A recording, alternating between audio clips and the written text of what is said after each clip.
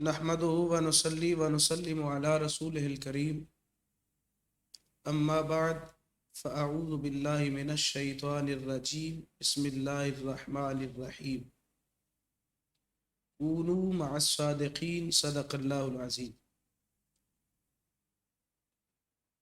ذی عزت ذی احترام اہلیان ایمان و ایقان و اسلام، السلام علیکم ورحمۃ اللہ وبرکاتہ۔ آج کا جو ہمارا ٹاپک ہے وہ ہے حضرت ابو بکر صدیق رضی اللہ تعالی عنہ، آپ کی شان اور حضرت امام جعفر الصادق رضی اللہ عنہ کی مبارک زبان، یا اس طرح کہہ لیجئے کہ شان ابو بکر بزبان امام جعفر۔ یہ جو آج کے سامنے عنوان پیش کیا جا رہا ہے، یہ حقیقت میں ایک مکالمہ ہوا تھا حضرت جناب امام جعفر علیہ السلام رضی اللہ عنہ اور ایک رافضی کے درمیان۔ وہ مکالمہ مباحثہ کی شکل اختیار کر گیا، مباحثہ سے آگے آپ اس کو مناظرہ بھی کہہ سکتے ہیں۔ حضرت امام جعفر صادق رضی اللہ تعالیٰ عنہ علیہ السلام کی بارگاہ میں ایک بندہ حاضر خدمت ہوا، وہ رافضی تھا، غلو کرتا تھا حضرت جناب مولا کائنات شیر خدا حضرت علی المرتضیٰ کی شان مبارک میں، اور وہ حقیر جانتا تھا حضرت سیدنا ابو بکر صدیق رضی اللہ عنہ کو۔ وہ آپ کی بارگاہ میں آیا اور اسے پتہ تھا کہ حضرت ابو بکر صدیق کے بارے میں اہل بیت اطہار بالخصوص حضرت امام جعفر صادق رضی اللہ تعالیٰ عنہ بہت اچھا عقیدہ رکھتے ہیں۔ آپ کی بارگاہ میں آیا اور کہنے لگا السلام علیکم ورحمۃ اللہ وبرکاتہ۔ فرد علیہ السلام، آپ نے اس کے جواب کا، اس کے اسلام کا جواب دیا۔ وہ آدمی کہنے لگا جو رافضی تھا، یا ابن رسول اللہ صلی اللہ علیہ وسلم من خیر الناس بعد رسول اللہ، اے اللہ کے رسول کے بیٹے، نبی پاک صلی اللہ علیہ وسلم کے بعد، انبیاء کے بعد سب میں سے افضل کون آدمی ہے، بہتر کون آدمی ہے؟ تو فقال جعفر ابن محمد، تو حضرت جعفر صادق رضی اللہ تعالیٰ عنہ نے فرمایا ابو بکر صدیق رضی اللہ عنہ، نبی پاک صلی اللہ علیہ وسلم کے بعد، انبیاء کرام کے بعد سب سے افضل، سب سے اعلیٰ اور سب سے بہترین شخصیت حضرت ابو بکر صدیق رضی اللہ تعالیٰ عنہ کی ہے۔ وہ کہنے لگا مل حجت فی ذالک، آپ کے پاس کیا دلیل ہے جو آپ نے یہ بات کی ہے کہ افضل ابو بکر صدیق ہے بعد از انبیاء؟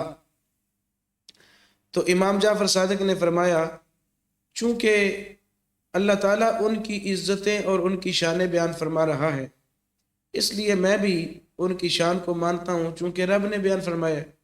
وہ کہنے لگا کہ رب تعالیٰ نے کب ان کی شان بیان فرمائی ہے کہ وہ افضل ہیں؟ آپ نے فرمایا الا تنصروه فقد نصرہ اللہ اذ اخرجہ الذین کفروا ثانی اثنین اذ ہما فی الغار اذ یقول لصاحبہ لا تحزن ان اللہ معنا فانزل اللہ سکینتہ علیہ وأیدہ بجنود لم تروہا۔ سورۃ توبہ کی آیت نمبر 40 آپ نے تلاوت فرمائی۔ آپ نے فرمایا کہ اس آیت مجیدہ میں یا تو نبی پاک صلی اللہ علیہ وسلم کی شان بیان ہو رہی ہے یا پھر حضرت ابو بکر صدیق کی شان بیان ہو رہی ہے، چونکہ اللہ تعالیٰ نے نبی پاک صلی اللہ علیہ وسلم کو اور ابو بکر صدیق کو، ہجرت کی رات یہ دونوں تھے، ان دونوں کو رب نے فرمایا کہ میں تم دونوں کے ساتھ ہوں۔ تو رسول اللہ صلی اللہ علیہ وسلم کے ساتھ نہ تو اس وقت عمر تھے، نہ عثمان تھے، نہ علی تھے، کوئی بھی صحابی نہیں تھا، اکیلے ابو بکر صدیق تھے۔ تو ابو بکر صدیق کو اللہ تعالیٰ نے اپنی معیت عطا فرمائی۔ جس کو اللہ تعالیٰ اپنی معیت عطا فرمائے اس جیسا اور کون ہو سکتا ہے۔ بلکہ آپ نے ان الفاظ میں پھر اس سے پوچھا بھی تھا کہ حل یکون احد افضل من ابی بکر الا النبی صلی اللہ علیہ وسلم، اب بتاؤ اس آیت مجیدہ کے تحت نبی پاک صلی اللہ علیہ وسلم کے بعد اور کون فضیلت والا شخص ہو سکتا ہے؟ تو اس نے اپنا سوال تبدیل کیا۔ رافضی کہنے لگا کہ آپ نے ہجرت کی بات چھیڑی ہے، تو ہجرت کی رات حضرت ابو بکر صدیق جو تھے وہ تو نبی پاک صلی اللہ علیہ وسلم کے ساتھ چلے گئے تھے، ان کی جان کو اتنا خطرہ نہیں تھا جتنا خطرہ حضرت علی المرتضیٰ کو تھا، کیونکہ حضرت علی وہ ہیں جو بستر رسول پر سوئے اور اس نے یہ لفظ بولے ان علی ابن ابی طالب علی فراش النبی غیر جزع ولا فزع، جناب علی بستر رسول پر لیٹے، نہ انہوں نے جزع کیا نہ انہوں نے فزع کیا، نہ گھبرائے نہ ان کو خوف محسوس ہوا۔ تو حضرت جناب امام جعفر صادق نے فرمایا جیسے حضرت علی المرتضیٰ نے ڈیوٹی دی بغیر جزع اور فزع کے، بے عین ہی حضرت ابو بکر صدیق نے بھی ڈیوٹی دی بغیر جزع اور بغیر فزع کے۔ رافضی کہنے لگا نہیں، ابو بکر صدیق تو جزع فزع کر رہے تھے۔ آپ نے فرمایا وہ کیسے؟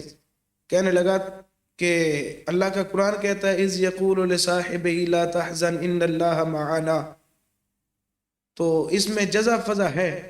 جب نبی پاک صلی اللہ علیہ وسلم ابو بکر کو تسلیاں دے رہے تھے، تشفیاں دے رہے تھے کہ اے ابو بکر پریشان نہ ہو، یہ واقعہ کچھ اس طرح تھا کہ جب کفار مکہ مشرکین مکہ پہاڑ پر چڑھے اور غار حرا غار ثور کے قریب پہنچے تو انہوں نے کہا کہ جھانک کر دیکھتے ہیں غار میں، لیکن کچھ کہنے لگے کہ یہ دیکھو کبوتری نے انڈا دیا ہے، جالا بنا ہوا ہے، کیا ضرورت ہے، یہ تو بہت پرانا غار ہے، تو چھوڑیں اس کو، دیکھنے کی ضرورت نہیں، ایسے بس زحمت ہی کرنی ہے۔ لیکن حضرت ابو بکر صدیق فرماتے ہیں کہ ہمارے قدم جو تھے وہ غار سے باہر تھے، وہ نظر آ سکتے تھے اگر وہ جھانک کر دیکھتے۔ تو حضور صلی اللہ علیہ وسلم کو ابو بکر صدیق نے عرض کی یا رسول اللہ اگر وہ ہمارے قدموں کو دیکھ لے تو وہ یقیناً ہمیں گزند نقصان پہنچا سکتے ہیں۔ تو نبی پاک صلی اللہ علیہ وسلم نے فرمایا اے ابو بکر پریشان نہ ہو، ان اللہ معنا لا تحزن ان اللہ معنا، پریشان نہ ہو، اللہ ہمارے ساتھ ہے، اللہ ہمیں اپنی حفاظت میں رکھے گا۔ تو اب جب نبی پاک صلی اللہ علیہ وسلم نے تسلی دی تو ابو بکر صدیق خاموش ہو گئے کہ اللہ ہمارے ساتھ ہے۔ تو رافضی کہنے لگا کہ یہ ابو بکر صدیق جو تھے وہ جزع فزع کر رہے تھے کہ ہائے مجھے کیا ہو جائے گا، ہمیں کیا ہو جائے گا، ہم تو مارے جائیں گے۔ حضرت جناب امام جعفر صادق نے پوری وکالت کرتے ہوئے فرمایا لا، نہیں، ابو بکر صدیق نے جزع فزع نہیں کیا، بلکہ انہوں نے تو حزن کیا تھا، غم تھا، ان کو اندیشہ تھا۔ اندیشہ اس بات کا تھا جیسے اللہ کا قرآن کہتا ہے لا تحزن، کہ حزن نہ کر۔ نبی پاک نے فرمایا اے ابو بکر حزن نہ کر۔ حزن کا تعلق جزع فزع کے ساتھ نہیں ہوتا۔ آپ نے فرمایا کہ حزن جو ہوتا ہے وہ اور چیز ہے اور جزع فزع اور چیز ہے۔ حزن جو ہوتا ہے وہ اپنے لیے اور دوسرے کے لیے ہوتا ہے، جبکہ جزع فزع وہ اپنے تئیں خاص ہوتا ہے۔ اور ابو بکر کو جو حزن تھا وہ بھی ان کو اپنی ذات کا حزن نہیں تھا، اپنی ذات کا غم بالکل نہیں تھا۔ امام جعفر صادق نے فرمایا کان حزن ابی بکر ان یقتل النبی صلی اللہ علیہ وسلم ولا یدان بدین اللہ۔ آپ نے فرمایا کہ ان کو حزن جو تھا وہ یا تو نبی پاک صلی اللہ علیہ وسلم کا تھا یا پھر ان کو حزن جو تھا فکان حزن علی دین اللہ وعلی نبی اللہ، اللہ کے نبی کا حزن تھا یا پھر اللہ کے دین کا حزن تھا کہ ابھی تو دین مکمل نہیں ہوا۔ اگر نعوذ باللہ نبی پاک صلی اللہ علیہ وسلم یہاں شہید ہو جاتے ہیں تو پھر دین کا کیا بنے گا، اور پھر رسول اللہ صلی اللہ علیہ وسلم کی شہادت، اس کے بارے میں آپ پریشان ہوئے۔ تو آپ نے ببانگ دول فرمایا، آپ نے فرمایا سن لم یکن حزنہ علی نفسہ، ابو بکر صدیق کو اپنی جان کا بالکل ذرہ برابر بھی خوف نہیں تھا، وہ اپنے لیے بے خوف تھے۔ آپ نے فرمایا کیف وقد السعته اکثر من 100 حریشن فما قال حس ولا ناف، وہ ابو بکر جس نے اپنی جان کی پرواہ نہ کی اور رسول اللہ صلی اللہ علیہ وسلم کی آپ کے آرام کی خاطر جس نے سانپ کے 100 سے زائد اکثر ڈنگ کھائے، مگر پھر بھی انہوں نے نہ حس کیا نہ ناف کیا، نہ انہوں نے سی کی نہ انہوں نے اف کیا۔ ایسے ابو بکر صدیق جو اتنے جذبے اور اتنی ہمت والے ہیں، وہ کیسے جزا فضا کر سکتے ہیں؟ تو رافضی کہنے لگا کہ چلے ٹھیک ہے، مان لیتا ہوں میں آپ کی بات، مگر پھر بھی علی المرتضیٰ جو ہیں وہ افضل ہیں جناب ابو بکر صدیق سے۔ آپ نے فرمایا کوئی دلیل تیرے پاس؟ وہ کہنے لگا دلیل یہ ہے کہ اللہ فرماتا ہے انما ولیکم اللہ ورسولہ والذین آمنوا الذین یقیمون الصلاۃ ویؤتون الزکاۃ وہم راکعون، سورۃ المائدہ کی آیت نمبر 55 اس نے تلاوت کی۔ کہنے لگا نزل فی علی ابن ابی طالب حین تصدق بخاتمہ وہو راکع، یہ حضرت علی المرتضیٰ کے حق میں یہ آیت نازل ہوئی جب انہوں نے اپنی انگوٹھی صدقہ کی بحالت رکوع۔ اس لیے حضرت ابو بکر صدیق سے جناب علی المرتضیٰ کی شان زیادہ ہے۔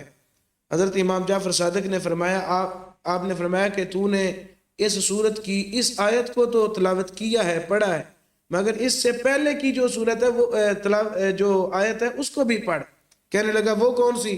آپ نے فرمایا کہ اس سے پہلے جو آیت ہے الآیت التی قبلہا فی السورۃ اعظم منہا، میرے دادا میرے جد اعلیٰ حضرت علی المرتضیٰ کی بہت شان ہے، مگر یہ آیت نمبر 55 ہے سورۃ مائدہ کی، اگر تو 55 کی بجائے آیت نمبر 54 تلاوت کرے تو تجھے پتہ چلے کہ اس شان سے زیادہ شان بیان کی گئی ہے، اس میں وہ شان حضرت ابو بکر صدیق کی بیان کی گئی ہے۔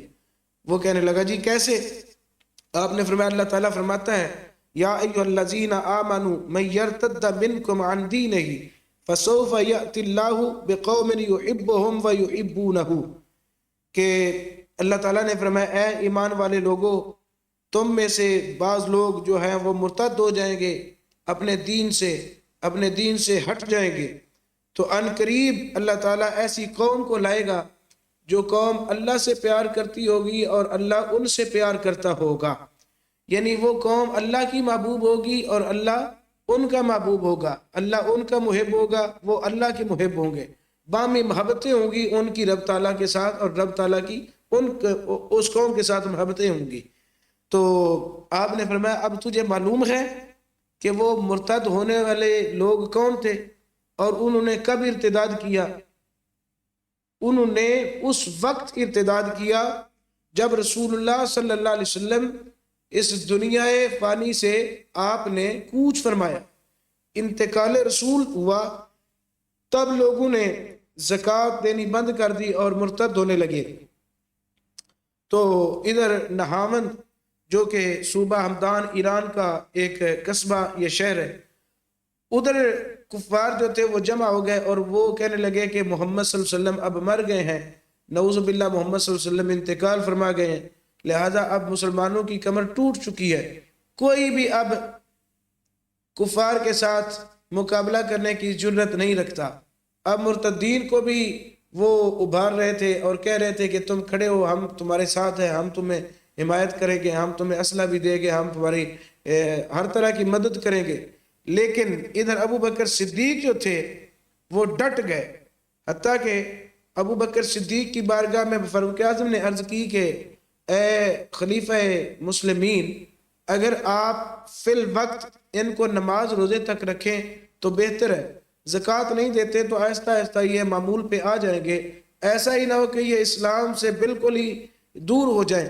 آپ نے فرمایا دور تو ہو گئے ہیں، جب اللہ تعالیٰ فرما رہا ہے کہ اقیموا الصلاۃ وآتوا الزکاۃ، اقیموا الصلاۃ وآتوا الزکاۃ، جہاں اللہ تعالیٰ نے نماز کا تذکرہ فرمایا وہاں اللہ تعالیٰ نے اکثر ساتھ زکوٰۃ کا بھی تذکرہ فرمایا۔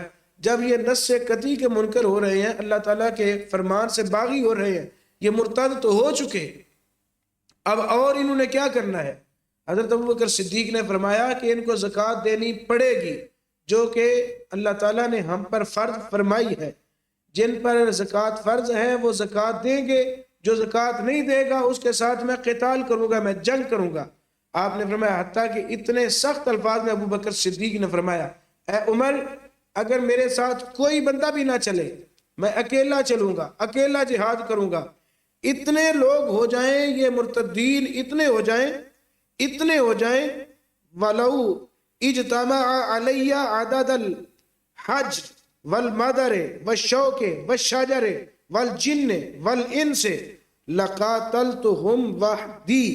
آپ نے فرمایا کہ میں اکیلا ان کے ساتھ جہاد کروں گا، اگر وہ ڈھیلوں کی تعداد کے برابر ہو جائیں، اگر وہ کانٹوں کی تعداد کے برابر ہو جائیں، اگر مرتدین کی تعداد یہ تو چند ہے، یہ تو ہزاروں میں ہے، اگر ان کی تعداد شجر و حجر کی تعداد میں ہو جائے، جنوں انسانوں کی تعداد میں بھی یہ ہو جائیں، تو ابو بکر صدیق اللہ تعالیٰ کے نظام کا نفاذ کرنے کے لیے اکیلا جہاد کے لیے کھڑا ہو جائے گا۔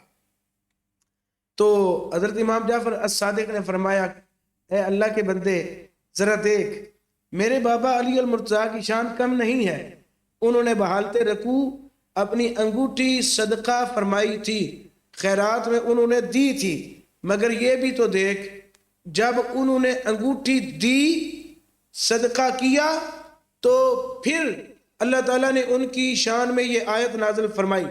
لیکن ابو بکر صدیق وہ ہیں جنہوں نے ابھی تک عمل کیا بھی نہیں تھا، مگر اللہ تعالیٰ نے کئی سال پہلے ان کی شان میں قرآن مجید میں آیت نازل فرما دی تھی۔ تو آپ نے فرمایا، اب خود تو غور کر کہ جو عمل کرے اس کی شان بعد میں نازل ہو رہی ہے، اور جو عمل نہ کرے کئی سال پہلے اللہ اس کی شان بیان کرے، جس کو اللہ فرمائے یحبہم و یحبونہ، اور پھر یہ وہ لشکر تھا جس میں میرے دادا، میرے بابا علی المرتضیٰ شریک ہوئے، اور آپ نے بھی اس جنگ میں حصہ لیا تھا۔ تو اب جو تھا رافضی وہ مبہوت ہو گیا، مبہوت ہونے کے بعد بھی کہنے لگا کہ میرے پاس ایک اور دلیل ہے۔ آپ نے فرمایا بول۔ کہنے لگا دلیل یہ ہے کہ اللہ فرماتا ہے الذین ينفقون اموالهم باللیل والنہار سرا وعلانیۃ، سورۃ بقرہ کی آیت نمبر 274۔ کہنے لگا یہ علی المرتضیٰ کی شان میں آیت نازل ہوئی ہے، کیونکہ حضرت علی المرتضیٰ آپ نے دنانیر، سونے کے سکے آپ نے دیے تھے رائے خدا میں۔ آپ نے ایک سکہ، آپ کے پاس 4 سکے تھے، آپ نے ایک سکہ رات کو دیا، ایک دن کو دیا، ایک آپ نے چھپ کر دیا، اور ایک آپ نے لوگوں کو ترغیب دلانے کے لیے آپ نے اعلانیہ طور پہ دیا۔ تو دیکھو حضرت علی المرتضیٰ کی شان میں یہ آیت نازل ہوئی۔ حضرت امام جعفر صادق نے فرمایا بالکل ٹھیک ہے، لیکن یہ ایک آیت ہے۔ ابو بکر صدیق وہ ہیں جن کی شان میں اللہ تعالیٰ نے کئی آیات نازل فرمائی ہیں ان کے صدقے کے بارے میں۔ کہنے لگا میں نے تو نہیں پڑھی۔ آپ نے فرمایا کبھی سورت اللیل کی تلاوت کرے تو تب تجھے پتہ چلے کہ ابو بکر صدیق کی اللہ تعالیٰ نے کتنی فضیلت بیان فرمائی ہے۔ کہنے لگا وہ کون سی آیات ہے؟ آپ نے فرمایا اللہ فرما رہا ہے واللیل اذا یغشا۔ اب بات سن، اللہ تعالیٰ نے جو سٹارٹ اس سورت کا سٹارٹ لیا ہے، وہ سٹارٹنگ میں ہی اللہ تعالیٰ قسم سے ابتدا فرما رہا ہے۔ اب جو یہاں اللہ تعالیٰ نے ابتدا فرمائی ہے وہ قسم سے ابتدا فرمائی ہے، لہٰذا دیکھ قسم اللہ قسم اٹھا رہا ہے۔ اللہ نے قسم اٹھائی حضرت ابو بکر صدیق کی۔ وہ کہنے لگا کون سی قسم اور کون سی فضیلت؟ آپ نے فرمایا ذرا قرآن پڑھ، فَأَمَّا مَنْ أَعْطَى وَاتَّقَى، اس سے مراد بھی حضرت ابو بکر صدیق ہے۔ وَصَدَّقَ بِالْحُسْنَى، اس سے مراد بھی حضرت ابو بکر صدیق ہے۔ فَسَنُيَسِّرُهُ لِلْيُسْرَى، اس سے مراد بھی حضرت ابو بکر صدیق ہے۔ وَسَيُجَنَّبُهَا الْأَتْقَى الَّذِي يُؤْتِي مَالَهُ يَتَزَكَّى، اس سے مراد بھی حضرت ابو بکر صدیق ہیں۔ وما لأحد عنده من نعمت تجزا، اس سے مراد بھی حضرت ابو بکر صدیق ہیں، الا ابتغاء وجہ ربہ الاعلی، اس سے مراد بھی ابو بکر صدیق ہے، ولا سوف یرضا، اس سے مراد بھی ابو بکر صدیق ہے۔ آپ نے فرمایا کہ علی المرتضیٰ، میرے دادا جان کی شان میں ایک آیت نازل ہوئی ہے، مگر صدیق وہ ہیں جن کی شان میں اللہ تعالیٰ نے کئی آیات نازل فرمائی ہیں۔ اور آپ نے یہاں پہ ایک حدیث پاک بھی بیان فرمائی، آپ نے فرمایا کہ انفق مالہ علی رسول اللہ صلی اللہ علیہ وسلم 40,000، حضرت ابو بکر صدیق نے 40,000 دینار یا 40,000 درہم، دینار جو ہوتے ہیں وہ سونے کے سکے ہوتے ہیں، جبکہ درہم جو ہیں وہ چاندی کے سکے ہوتے ہیں۔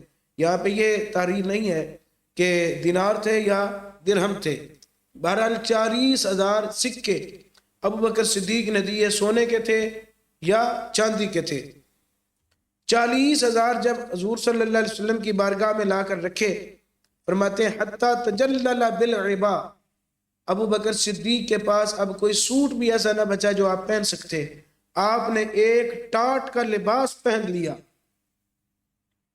اب جبریل امین حاضر ہوئے مصطفیٰ کی بارگاہ میں، انہوں نے بھی ٹاٹ کا لباس پہنا تھا، یہ اور مشکات کی حدیث میں یہاں کوٹ کر رہا ہوں۔ تو حضور صلی اللہ علیہ وسلم نے فرمایا کہ اے جبریل، یہ تو نے آج ٹاٹ کا لباس کیوں پہنا ہے؟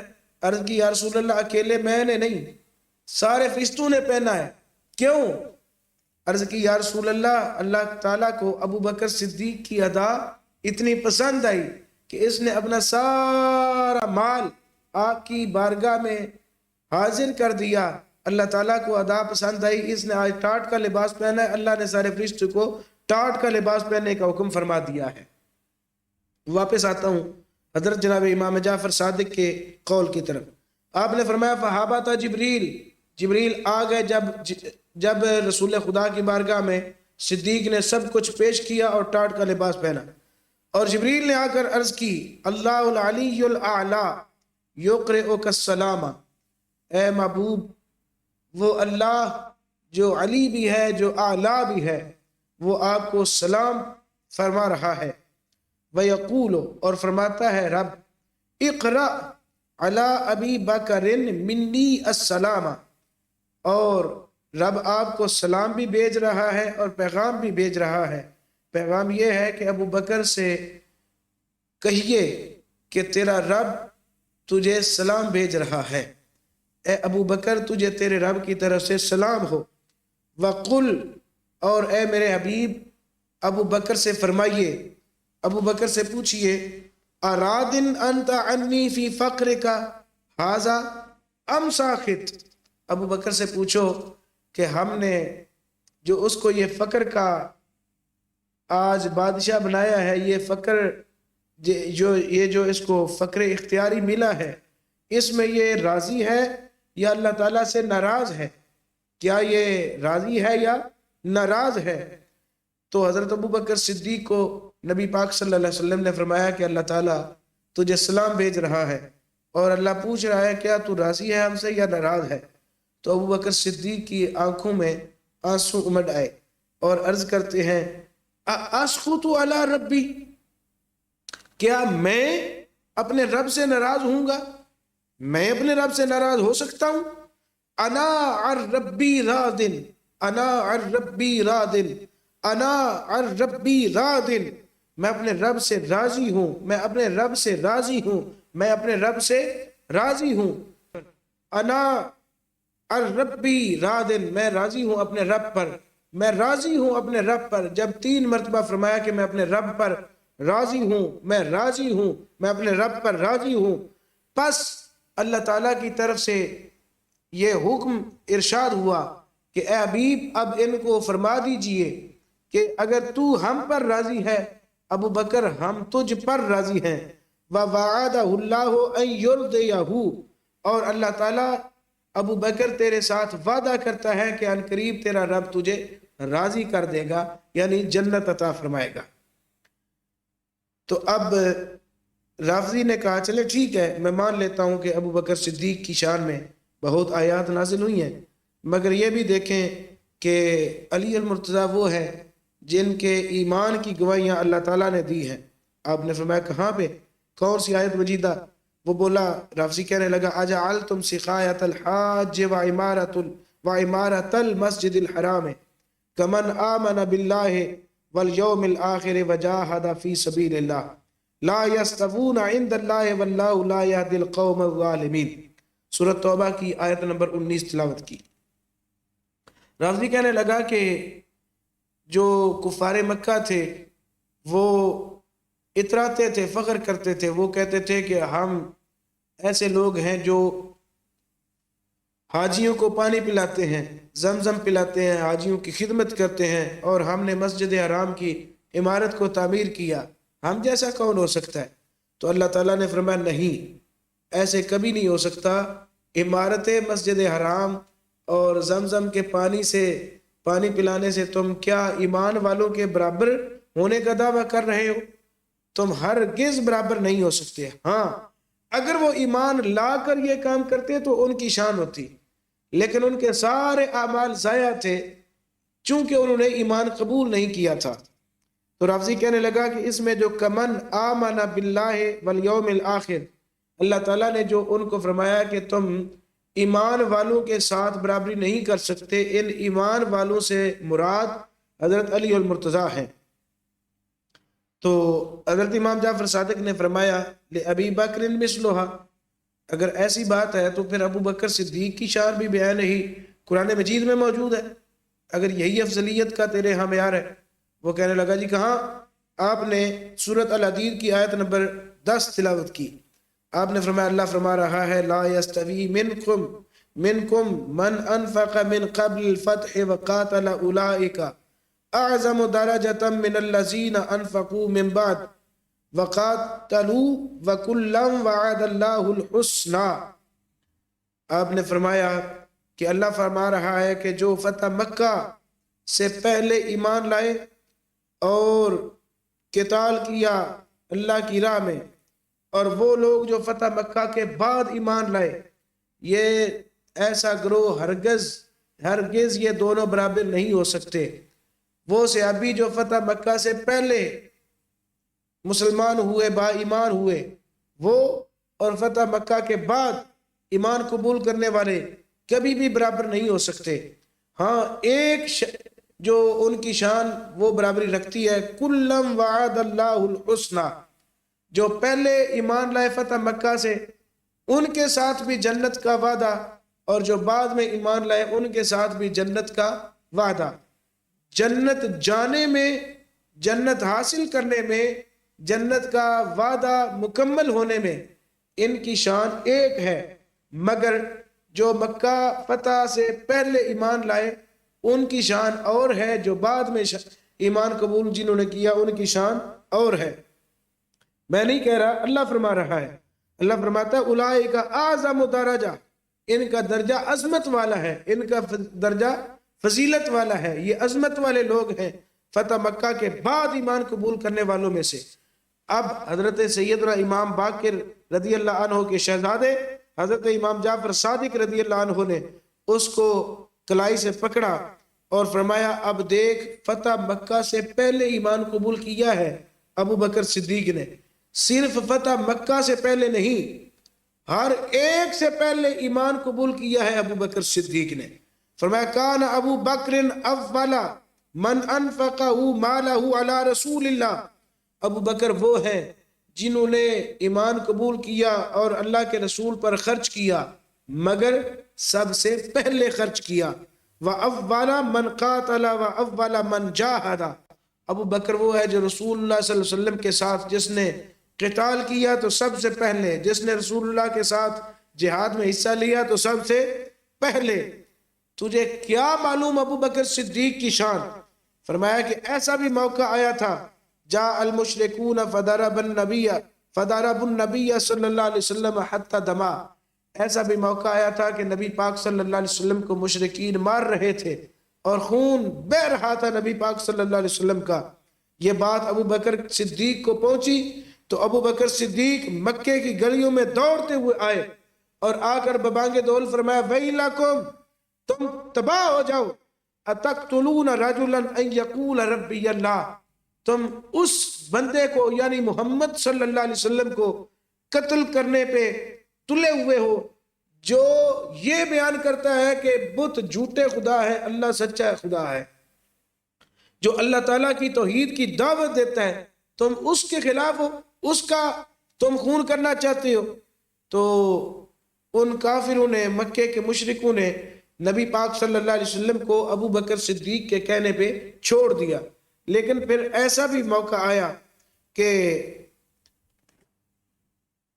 جب ابو بکر صدیق اکیلے ان کو ملے تو اخذوا ابا بکر، انہوں نے ابو بکر صدیق کو مارنا شروع کیا اور پکڑ لیا، اتنا مارا فضربوہ حتی ما تبین انفہ من وجہہ، آپ کے ناک اور منہ یہ اتنے لہو لہان تھے کہ آپ کا ناک جو تھا وہ نظر نہیں آتا تھا، کوئی بندہ آپ کی ناک پہچان نہیں سکتا تھا۔ آپ نے فرمایا تجھے کیا معلوم ہو کہ ابو بکر صدیق کی کیا کیا اولیات ہیں؟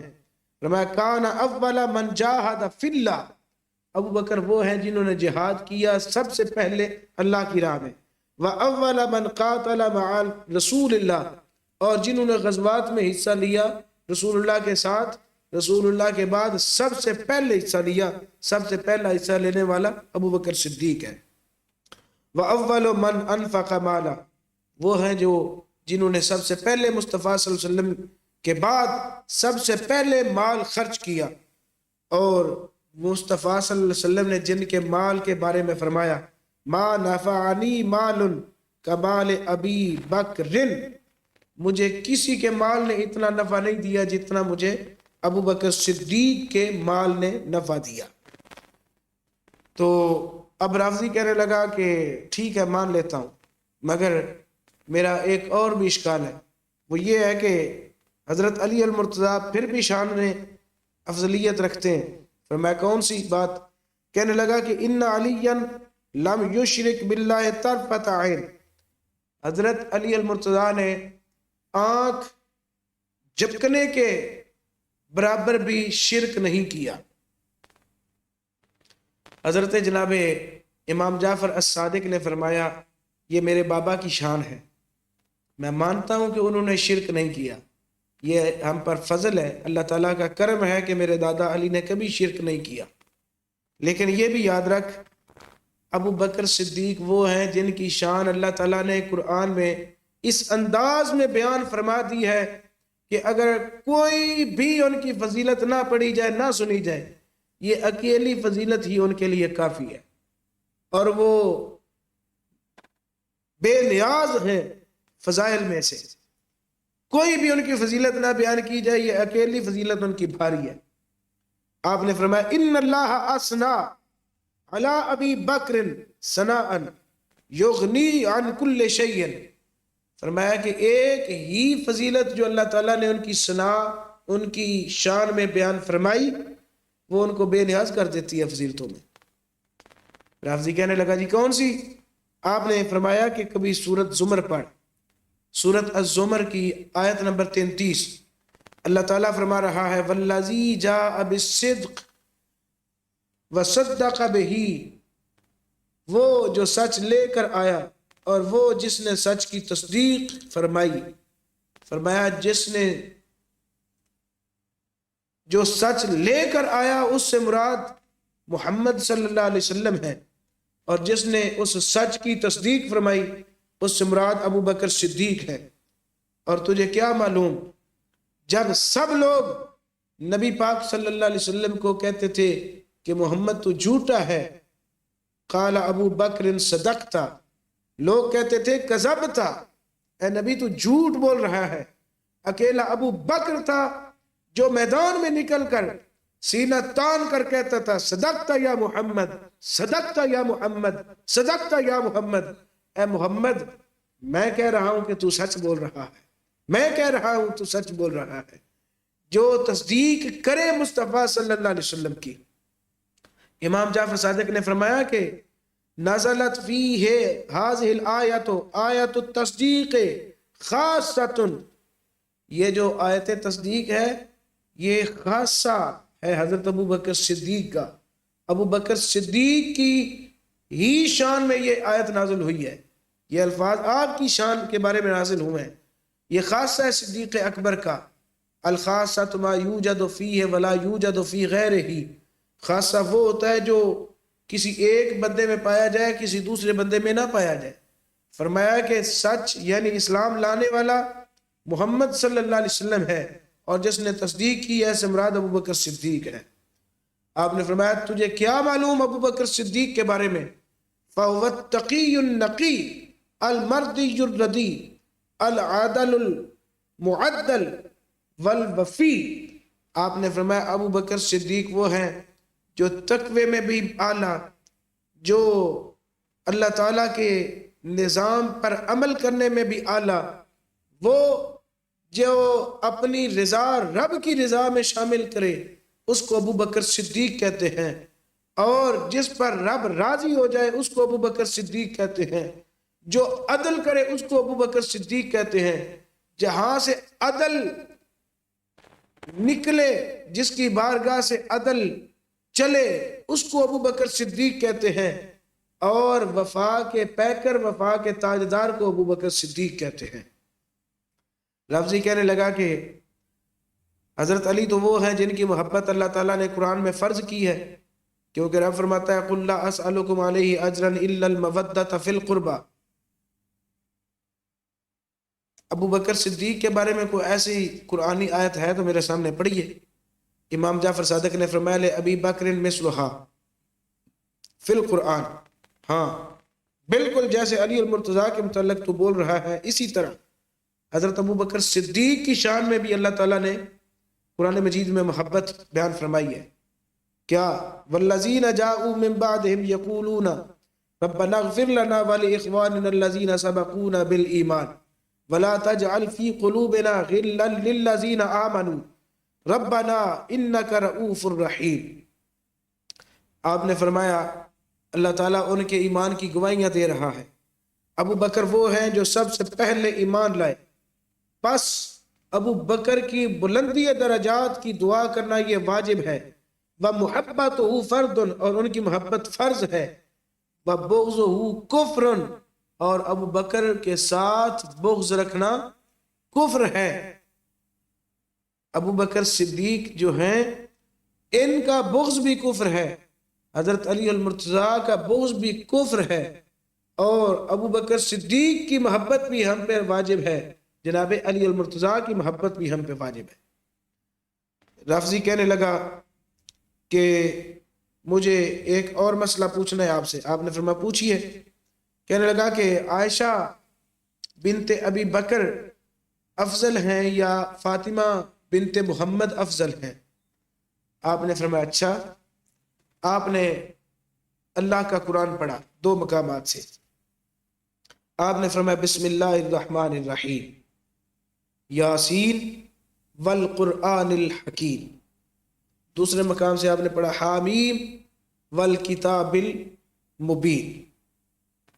آپ نے یہ دو مقامات سے قرآنی الفاظ کی تلاوت کی اور خاموش ہو گئے. لفظی کہنے لگا اسألوک ایہما افضل فاطمہ ام عائشہ. میں نے آپ سے سوال کیا تھا کہ فاطمہ افضل ہے یا عائشہ. وتقرأ القرآن اور آپ میرے سامنے قرآن کی آیات پڑھ رہے ہیں. سوال میرا اور ہے، جواب آپ نے دیا نہیں ہے. حضرت امام جعفر الصادق رضی اللہ تعالیٰ عنہ نے فرمایا کہ جواب میں تجھے دے چکا ہوں، مجھے بتاؤ کہ یاسین والقرآن الحکیم حامیم والکتاب المبین ان دونوں قرآنی الفاظ میں سے کون سے الفاظ افضل ہیں اور کون سے ادنا ہیں بتائیے. کہنے لگا جی کوئی بھی نہیں ادنا، دونوں الفاظ افضل ہیں، دونوں مقامات افضل ہیں. امام جعفر الصادق رضی اللہ تعالیٰ عنہ نے فرمایا بس اسی طرح دونوں ہی افضل ہیں، مگر فرق جو ہے وہ میں تجھے سمجھا دیتا ہوں. فرق یہ ہے کہ حضرت عائشہ جو ہیں وہ زوجہ ہیں مصطفیٰ صلی اللہ علیہ وسلم کی، اور حضرت فاطمہ الزہرا زوجہ ہیں حضرت علی المرتضیٰ کی. جب قیامت کا دن ہوگا تو فاطمہ بنت رسول اللہ تمام عورتوں کی سردار ہوں گی جنت میں، اور وہ عورتوں کی سردار ہوں گی، ان کو سیادت نصیب ہوئی. جبکہ قیامت کے دن حضرت عائشہ صدیقہ وہ ہیں جو مصطفیٰ صلی اللہ علیہ وسلم کے ساتھ ہوں گی. ایک وہ ہے جو عورتوں کے ساتھ ہوگی، ایک وہ ہے جو جناب مصطفیٰ کے ساتھ ہوگی. اب دونوں کی شان میں کمی نہیں ہے، نہ فاطمہ الزہرا کی شان کم ہے، نہ عائشہ صدیقہ کی شان کم ہے. ادھر سیادت ہے، ادھر معیت ہے. اگر اس لحاظ سے بھی دیکھیں تو کافی ہمیں رہنمائی ملتی ہے. حضرت عائشہ صدیقہ جو ہیں وہ قیامت کے دن نبی پاک صلی اللہ علیہ وسلم کی معیت میں ہوں گی، اور حضرت فاطمہ الزہرا بطور زوجہ حضرت علی المرتضیٰ کی معیت میں ہوں گی. شان ان کی بھی کم نہیں، شان ان کی بھی کم نہیں. آپ نے فرمایا الطاعن علی زوجۃ النبی لعنہ اللہ، جو طعن کرتا ہے زوجہ مصطفیٰ پر اس پر اللہ کی لعنت ہو، اور جو بغض رکھتا ہے رسول اللہ کی بیٹی پر خذلہ اللہ، اللہ تعالیٰ اس کو ذلیل فرما دے. رافضی کہنے لگا کہ آپ بڑی شانہ بیان کر رہے ہیں، آپ تو بہت مقام بیان کر رہے ہیں عائشہ کے. آپ نے فرمایا کیوں نہ کروں، وہ جب ام المؤمنین ہیں، ہماری وہ والدہ ماجدہ ہیں، کیوں نہ شان بیان کروں. وہ کہنے لگا کہ نہیں، عائشہ وہ ہے قاتلت علی جو علی المرتضیٰ کے ساتھ لڑی تھی، جنگ جمل کا اس نے اشارہ کیا. وہی زوجہ تو رسول اللہ، بے شک وہ زوجہ رسول ہے، مگر یہ بھی تو دیکھو کہ علی کے ساتھ وہ لڑی تھی. حضرت امام جعفر صادق نے جب اس کی زبان سے یہ لفظ سنے تو آپ نے فرمایا ویلک، تو برباد ہو جائے، تو برباد ہو جائے. تجھے پتہ نہیں اللہ فرماتا ہے کہ جس نے رسول اللہ صلی اللہ علیہ وسلم کو اذیت دی اس نے اللہ کو اذیت دی، اور جو اللہ کو اذیت دیتا ہے اس پر اللہ کی لعنت ہوتی ہے، ملائکہ کی لعنت ہوتی ہے، لوگوں کی لعنت ہوتی ہے، دنیا کائنات کی ہر چیز کی اس پہ لعنت ہوتی ہے. وہ کہنے لگا کیا مطلب؟ آپ نے فرمایا مطلب یہ ہے ادھر تو کہہ رہا ہے کہ وہ زوجہ رسول ہے، اور ادھر تو ان پہ الزام لگا رہا ہے کہ علی کے ساتھ ان کی لڑائی ہوئی، علی کے ساتھ انہوں نے جنگ کی. جناب علی کے ساتھ انہوں نے جنگ کی تھی، مگر ان کا مسئلہ اجتہادی تھا، ان کو اجتہاد کا ثواب ملا، تجھے کیا ملا؟ نمبر 2 بات یہ ہے کہ جب تو کہہ رہا ہے کہ رسول اللہ کی وہ زوجہ تھی، جب ان کے شوہر رسول اللہ صلی اللہ علیہ وسلم ہیں تو یہ غیرت کس کی بنی؟ غیرت رسول اللہ صلی اللہ علیہ وسلم کی ہے. رسول اللہ صلی اللہ علیہ وسلم کی غیرت کو تو للکار رہا ہے. کیا رسول اللہ صلی اللہ علیہ وسلم کو اذیت نہیں ہو رہی ہوگی قبر میں؟ جب تو رسول اللہ صلی اللہ علیہ وسلم کو اذیت دے رہا ہے تو اللہ کو اذیت دے رہا ہے. غور کر، جب تو اللہ کو اذیت دے رہا ہے تو تجھ پر رحمت نہیں، اللہ کی طرف سے لعنت برس رہی ہے تیرے چہرے پر. رافضی کہنے لگا کہ بات یہ ہے کہ میں نے کافی چیزیں آپ سے آج سیکھی ہیں، اب مجھے کیا توبہ کی توفیق اگر اب مجھے اللہ دے تو کیا میرے لیے توبہ کا دروازہ کھلا ہے یا بند ہے؟ اَيَقْبَلُ اللَّهُ تَوْبَتِي مِمَّا كُنْتُ عَلَيْهِ مِنَ التَّفْرِيقِ بَيْنَ أَبِي بَكْرٍ وَعُمَرَ وَعُثْمَانَ وَعَلِي. میں نے ان کے درمیان جو تفاوت ڈالے، میں نے جو تفریق کی ہے، فرق بیان کرتا رہا ساری عمر، فرق کرواتا رہا، لوگوں کو بتاتا رہا، ان کے درمیان جدائیاں ڈلواتا رہا. کیا اگر میں آج اللہ کے ہاں توبہ کروں تو رب تعالیٰ میری توبہ کو قبول فرمائے گا؟ حضرت امام جعفر الصادق نے فرمایا نعم باب التوبۃ مفتوح. ہاں، اللہ تعالیٰ نے توبہ کا دروازہ بند نہیں کیا، ہمیشہ کھلا رکھا ہے. تو جب بھی استغفار کرے اللہ تیری توبہ قبول کرے گا. آپ نے فرمایا کہ بات یہ ہے، تجھے مشورہ دیتا ہوں اکثر من الاستغفار لہم، اب تو ان کے لیے بلندی درجات کی دعائیں کیا کر. ابو بکر کے لیے بلندی درجات کی دعا کر، عمر کے لیے، عثمان کے لیے، جناب مولا کائنات علی المرتضیٰ کے لیے، حضرت عائشہ صدیقہ، حضرت فاطمہ الزہرا، ان کے لیے بلندی درجات کی دعا کر، اور یاد رکھ لو متا وانت مخالفہم متا علی غیر فطرت الاسلام، یہ فطرت اسلامی نہیں تھی جو تو لیے پھرتا تھا، تو اگر اسی عقیدے پہ مر جاتا تو تو اسلام کی فطرت کے خلاف مرتا۔ اب اگر تو توبہ کر رہا ہے وَكَانَتْ حَسَنَاتُكَ مِثْلُ الْأَعْمَالِ الْكُفَّارِ هِبَاءً مَنْثُورًا، اگر تو توبہ نہ کر کے مرتا تو تیرے اعمال ضائع ہو جاتے جیسے کفار کے اعمال ضائع ہو جاتے ہیں، جتنے بھی دنیا میں اچھے عمل کریں ان کے اعمال اکارت ضائع ہو جاتے ہیں، مگر تو توبہ کر رہا ہے، اب تو توبہ کر، اللہ تعالیٰ تیری توبہ کو قبول کرے گا اور اللہ تعالیٰ تجھے اپنے نیکوکار بندوں میں شامل فرما لے گا۔ یہ تھا ایک مکالمہ جو حضرت امام جعفر الصادق رضی اللہ عنہ اور ایک رافضی کے درمیان ہوا تھا۔ پس وہ رافضی رفض سے توبہ کرتا ہے اور امام جعفر الصادق رضی اللہ تعالیٰ عنہ کو گواہ بنا کر اللہ تعالیٰ سے معافی مانگتا ہے، اور نبی پاک صلی اللہ علیہ وسلم سے، صحابہ کرام سے، حضرت ابو بکر صدیق، عمر فاروق اور حضرت جناب عثمان غنی اور حضرت علی المرتضیٰ، حضرت عائشہ صدیقہ، حضرت فاطمہ الزہرا علیہم السلام، ان تمام ہستیوں سے وہ معافی طلب کرتا ہے۔ حضرت جناب امام جعفر صادق نے فرمایا کہ اب اللہ تعالیٰ نے تیری توبہ بھی قبول فرما لی ہے، جو تو عمل کرے گا اللہ تعالیٰ تجھے ان اعمال کا ثواب بھی عطا فرمائے گا، بس تو حضرت ابو بکر صدیق کے گن گایا کر، حضرت جناب عمر کی تعریفیں بیان کیا کر، اور ان کے لیے بلندی درجات کی دعا کیا کر۔ اللہ تعالیٰ ہمیں امام جعفر الصادق رضی اللہ تعالیٰ عنہ جیسا عقیدہ اپنانے کی توفیق عطا فرمائے۔ وما علیہ الا البلاغ المبین۔